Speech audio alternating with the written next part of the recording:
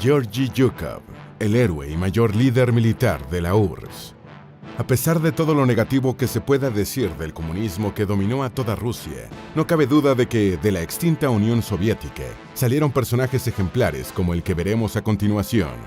Bajo el elitista régimen zarista, un hombre como Georgy Zhukov nunca habría podido convertirse en lo que fue ni lograr sus hazañas. La juventud de Zhukov, con sus antecedentes de pobreza e historial militar ejemplar, lo convirtieron en un modelo a seguir para el Ejército Rojo.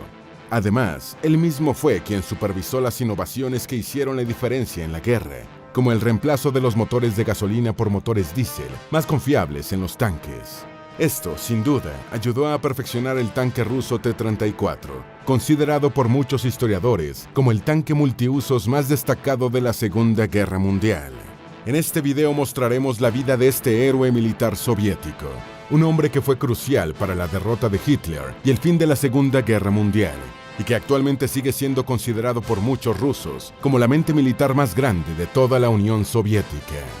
Antes de meternos a fondo, no olvides suscribirte a nuestro canal y activar las notificaciones para mantenerte al día con nuestras actualizaciones.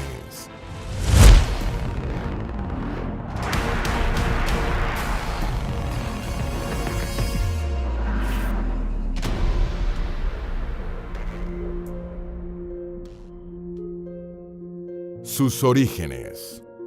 Georgy Konstantinovich Zhukov nació el 1 de diciembre de 1896 en el poblado de Strelkovka, provincia de Kaluga, en el extinto Imperio Ruso.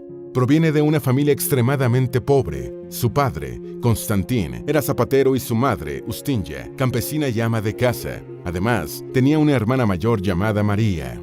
Los azotes fueron para él algo muy común, porque su padre era extremadamente duro en cuanto a disciplina. A pesar de las duras condiciones de vida, Georgy logró completar el curso de educación primaria de 3 años en la escuela de su ciudad natal y luego, a los 9 años, fue empleado como aprendiz de peletero en Moscú por el hermano de su madre.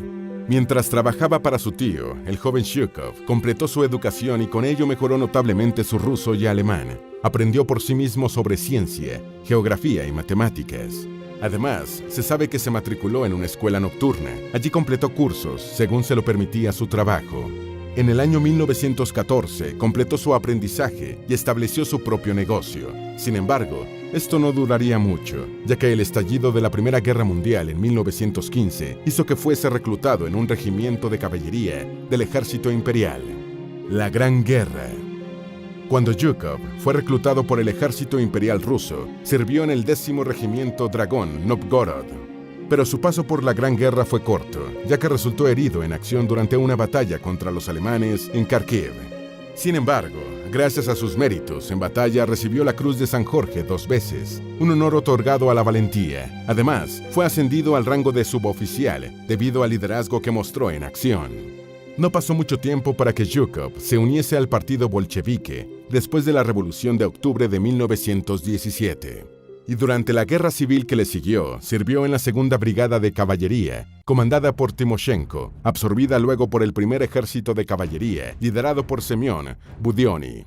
En el año 1920, Zhukov completó un curso de formación de caballería para oficiales y empezó a recibir comisiones como oficial. Entretanto, se casó por primera vez con Alexandra Dievna Suikova y con ella tuvo 2 hijas, Era y ella. Sin embargo, los altibajos no faltarían en el matrimonio, ya que Zhukov tuvo una aventura extramarital con María Volkova, una joven que había conocido durante la Primera Guerra Mundial. De ese amorío nació su tercera hija, Margarita. Aún con esto, pasarían varios años antes de que Zhukov se divorciara para casarse nuevamente, pero con Galina Alexandrovna, con quien tendría su última hija, María. Zhukov siguió apoyando a los bolcheviques hasta que se hicieron con el poder absoluto. En ese punto ya se había unido al Partido Comunista. Por su participación en el sometimiento de la rebelión de Tambov en 1921, recibió la Orden de la Bandera Roja y no tardó en avanzar rápidamente a través de las filas como comandante. A finales de mayo de 1923 fue nombrado comandante del 39º Regimiento de Caballería y en 1924 ingresó en la Escuela Superior de Caballería, en la que se graduó al año siguiente. Enfrentamiento con los japoneses. Durante el verano de 1939, Zhukov mostró por primera vez su extraordinario temple contra las fuerzas japonesas en la batalla de Khalkhin Gol. Los japoneses habían estado invadiendo territorio de la República Popular de Mongolia y amenazaban con invadir territorio ruso, lo que podía cortar con las líneas del ferrocarril transiberiano. Ya se habían librado varias batallas cuando Zhukov llegó a reemplazar al mayor general Nikolai Flekenko con una planificación y un entrenamiento minuciosos y detallados. Zhukov elaboró un plan de batalla en el que integró hábilmente todas las facetas del ejército, especialmente a la artillería, y de manera habilidosa ocultó sus intenciones a los enemigos y los engañó con información falsificada. En agosto del mismo año, Zhukov lanzó una ofensiva sorpresa contra los japoneses y los derrotó al reorganizar las fuerzas rusas e inspeccionar el campo de batalla de manera eficaz, a pesar de que las fuerzas japonesas contaban con superioridad numérica. Zhukov logró planificar y lanzar una contraofensiva capaz de reposicionar sus fuerzas en relación con las fortalezas y debilidades del enemigo, logrando una victoria que parecía poco probable. Así se hizo de una reputación como un gran líder capaz de organizar una increíble cantidad de unidades blindadas de la forma más efectiva. Gracias a esta victoria, Zhukov fue declarado héroe de la Unión Soviética. No obstante, tanto la campaña como el uso pionero de los tanques por parte de Zhukov siguieron siendo algo muy poco conocido fuera de la Unión Soviética. Zhukov no participó en la Guerra de Invierno con Finlandia, la cual duró desde 1939 hasta 1940. Aún así, fue afortunado, ya que esta agridulce victoria soviética arruinó las carreras de muchos de los generales involucrados. Ya en mayo de 1940, Zhukov se convirtió en general del ejército, lo que lo posicionaba como uno de los 8 oficiales de alto rango del Ejército Rojo. La victoria de Khalkhin Gol sería una preparación que le serviría a Zhukov para realizar operaciones contra los alemanes durante la Segunda Guerra Mundial. La Segunda Guerra Mundial. Después de derrotar a los japoneses, la Unión Soviética se enfrentó a una amenaza mucho mayor, la Alemania nazi. Y es que a pesar de firmar un pacto con Stalin en 1939, Hitler se volvió contra Rusia en junio de 1941 y sin previo aviso empezó a invadir territorio soviético, con lo que ahora conocemos como la Operación Barbarroja. Zhukov le dio a Rusia una victoria muy necesaria en Yelnya, el único freno que Alemania sufrió durante su inicial ofensiva radical. También fue Zhukov quien supervisó la defensa de la ciudad de Leningrado en 1941 y planeó la contraofensiva de Stalingrado. Junto con Alexander Vasilevsky, supervisó el cerco y la rendición del Sexto Ejército Alemán. Este militar soviético fue quien comandó las fuerzas rusas en la decisiva batalla de Kursk en julio de 1943, la que sería la batalla de tanques más grande de la historia, donde se involucraron al menos 8.000 tanques combinados. La derrota de los alemanes en Kursk marcó el punto de inflexión de la guerra, dando la victoria a los soviéticos. La destrucción del Sexto Ejército Alemán y el subsiguiente avance soviético hacia el oeste obligaron a los alemanes a evacuar al Cáucaso.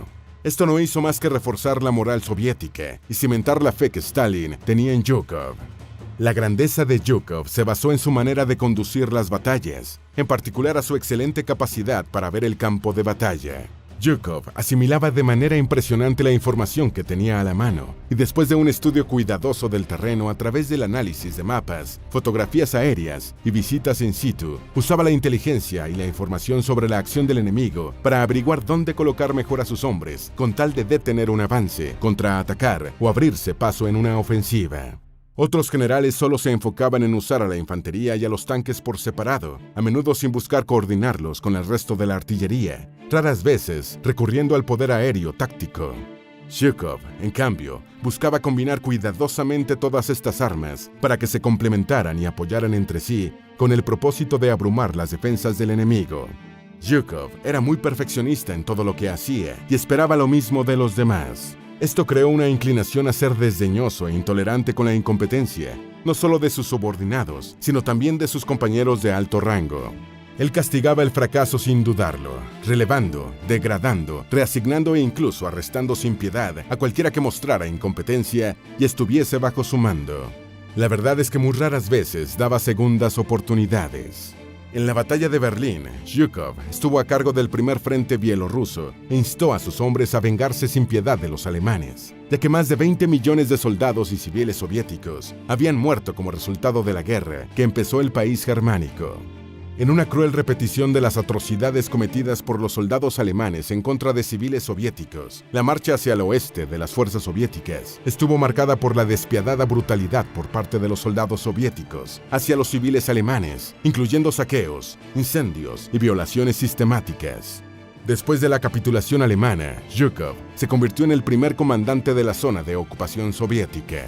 El 10 de junio de 1945, regresó a Moscú con la intención de prepararse para el desfile de la victoria, y el 24 de junio Stalin le otorgó el honor de ser comandante en jefe del desfile. Después de la ceremonia, regresó a Berlín para retomar el mando de gobernador militar. Zhukov se convirtió en una figura de renombre nacional. Su reputación entre civiles y soldados era tal que la frase «Donde está Zhukov, hay victoria» se convirtió en un eslogan común desde 1943. Por lo tanto, fue realmente su éxito más que su personalidad lo que inspiró a las tropas. Tener su nombre asociado a la victoria dio a los soldados bajo su mando una mayor confianza, lo que pudo haber contribuido aún más a su éxito. Ciertamente, Zhukov no fue infalible, pero logró suprimir la publicidad asociada con sus fracasos. En Berlín, Zhukov empezó a usar su puesto para hacerse con aliados importantes de la esfera mundial, como el presidente estadounidense Eisenhower, ya que quería aumentar su influencia en el extranjero. A pesar de la cruel venganza que los soviéticos impartieron en la batalla de Berlín, Zhukov no descuidó a los civiles alemanes bajo su mando. Siempre les decía a sus soldados que odiaran al nazismo, pero no a los alemanes. Stalin, sin embargo, pronto empezó a creer que Zhukov podría convertirse en una amenaza política para él, por lo que lo destituyó del puesto y lo hizo regresar a Rusia para enfrentar cargos de deslealtad. La carrera de Zhukov después de la guerra. Con la subida de popularidad que Zhukov había estado logrando, Stalin quiso deshacerse de él. No obstante, no consideró prudente matarlo o arrestarlo. Al final, Stalin optó por hacer que enfrentara en privado cargos de deslealtad al partido. De esta manera, pudo enviarlo a un puesto alejado de Moscú, en el distrito militar de Odessa. Estando allí, Zhukov sufriría su primer infarto al miocardio. De regreso en Moscú, el jefe de seguridad de Stalin, Lavrenti Beria, buscó cómo destruirlo, puesto que lo veía como una amenaza para Stalin. En 1948, Beria hizo que el apartamento de Zhukov fuese registrado minuciosamente para encontrar cualquier rastro incriminatorio. Sin embargo, lo que encontró fue un enorme tesoro. Al parecer, Zhukov había estado recuperando artefactos de valor de la Alemania ocupada por los soviéticos sin decirle a nadie. Claro, esto tampoco era algo tan raro, ya que la mayoría de los oficiales soviéticos había hecho lo mismo. En la investigación de Beria se concluyó que Zhukov tenía en su poder 17 anillos de oro, 3 piedras preciosas, las caras de 15 collares de oro, más de 4 kilómetros de tela, 323 piezas de piel, 44 alfombras, 55 pinturas y 20 pistolas alemanas. A pesar de toda su popularidad, esto fue un golpe duro para la reputación de Zhukov, quien tuvo que declarar públicamente sus disculpas, al mismo tiempo que era enviado a una posición mucho más insultante y alejada de Moscú, en el distrito de Urales. Aunque el escándalo fue un bache en la popularidad de Zhukov, pudo haber sido peor, pero por motivos más pragmáticos que personales, Stalin decidió no ejecutarlo. Después de pasados algunos años, en febrero de 1953, Stalin relevó a Zhukov de su puesto como comandante del distrito militar de los Urales y lo convocó a Moscú. Muchos pensaron que lo había hecho porque la experiencia de Zhukov era necesaria en la guerra de Corea, pero en todo el tiempo que Zhukov estuvo en Moscú, el líder soviético no le dio ninguna orden importante relacionada con esta guerra. Stalin moriría en marzo y las cosas cambiarían para toda la Unión Soviética. En diciembre del mismo año, a unos meses de la muerte de Stalin, Lavrenti Beria fue arrestado, acusado de terrorismo y de actividades contrarrevolucionarias, y finalmente fusilado, todo como parte de un complot para deshacerse de una de las últimas influencias de Stalin. En este complot participaría Zhukov. Cuando Nikolai Bulganin se convirtió en primer ministro en 1955, decidió nombrar a Zhukov como ministro de Defensa. Mientras desempeñó ese cargo, el mismo ministro se esforzó por afianzar las relaciones entre la URSS y Estados Unidos y se volvió reacio a emprender campañas militares, a menos que fuese absolutamente necesario. Eisenhower y Zhukov mantuvieron una larga amistad y a pesar de todas las tensiones que existían en ese momento, el presidente estadounidense realmente creyó que la paz verdadera con la Unión Soviética era posible y esperaba que su relación con Zhukov ayudara en esto. Infortunadamente, Zhukov era un reformista y continuó obteniendo cada vez más poder al punto de que los miembros del partido y del gobierno se preocupaban por la influencia que pudiese obtener. En 1956, en su cumpleaños número 70, Zhukov recibió su cuarto título de héroe de la Unión Soviética. De hecho, fue la primera persona en recibir este honor 4 veces. Y el convertirse en el profesional militar de más alto rango lo hizo miembro del Presidium del Comité Central del Partido Comunista. Además, se volvió un símbolo de la Fuerza Nacional.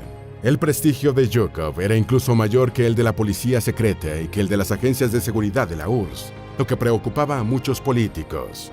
En octubre de 1958 fue enviado a una gira por los Balcanes, al mismo tiempo que se arregló un encuentro del Presidium para destituirlo. Zhukov se enteró de todo lo que estaba sucediendo y cuando regresó a Moscú fue notificado formalmente de su despido. Después de ser expulsado del gobierno, se mantuvo el resto de sus años alejado de la política.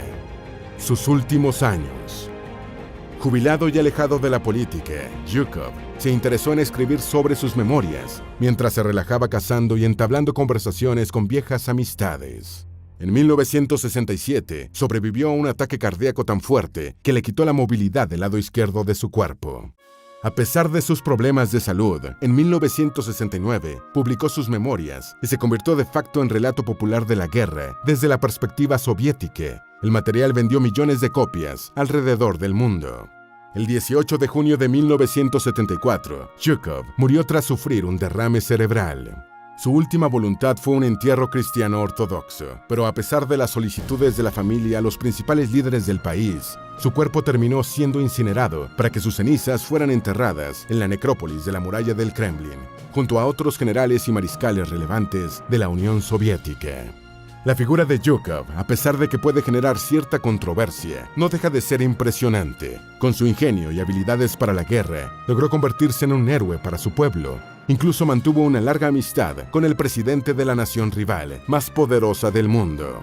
A pesar de que sus opositores temían que pudiese hacerse con el poder absoluto, es posible que esto nunca hubiese sido un plan de Zhukov. Él era un militar destacado y lo más probable es que solo quisiese lo mejor para su nación. Esperamos que este video te haya sido útil. Si tienes algo que agregar, por favor, compártelo con nosotros en la sección de comentarios. Dale me gusta a este video y envíale el enlace a tus familiares y a tus mejores amigos para que también sepan más de Georgy Zhukov, el héroe y mayor líder militar de la URSS. Si eres nuevo en nuestro canal, no olvides suscribirte. No se te olvide seguirnos en todas nuestras redes sociales que van a estar aquí abajo en la descripción. Recuerda, un pueblo que no conoce su historia está condenado a repetirla.